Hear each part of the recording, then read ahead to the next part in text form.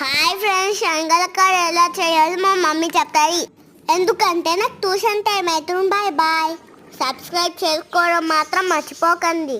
Videos మాత్రం కుదిరినప్పుడే పెడుతున్నానండి. ముందు టమాటో కాజుని పేస్ట్ చేసి పెట్టేసుకున్నానండి. ఒక సైడ్ నేను కుక్కర్లో శనగలను ఉడికించేస్తున్నాను. ప్యాన్ లో కొద్దిగా నెయ్యి, కొద్దిగా ఆయిల్ వేసేసి అనాస పువ్వు, దాల్చిన చెక్క, ఉల్లిపాయలు ని పోపులో వేసేసి కాజు టమాటో పేస్ట్ ని వేసేసాను. కొంచెం జీలకర్ర, ఉప్పు, కారం పొడి వేసి సిమ్ లో పెట్టేయాలి. ఈలోగా ఈ విధంగా శనగలు మెత్తగా ఉడికించాలండి. టమాటో ప్యూరీ కూడా పైకి నూనె తేలే వరకు ఉడికించాక ఈ శనగలను వేయాలండి.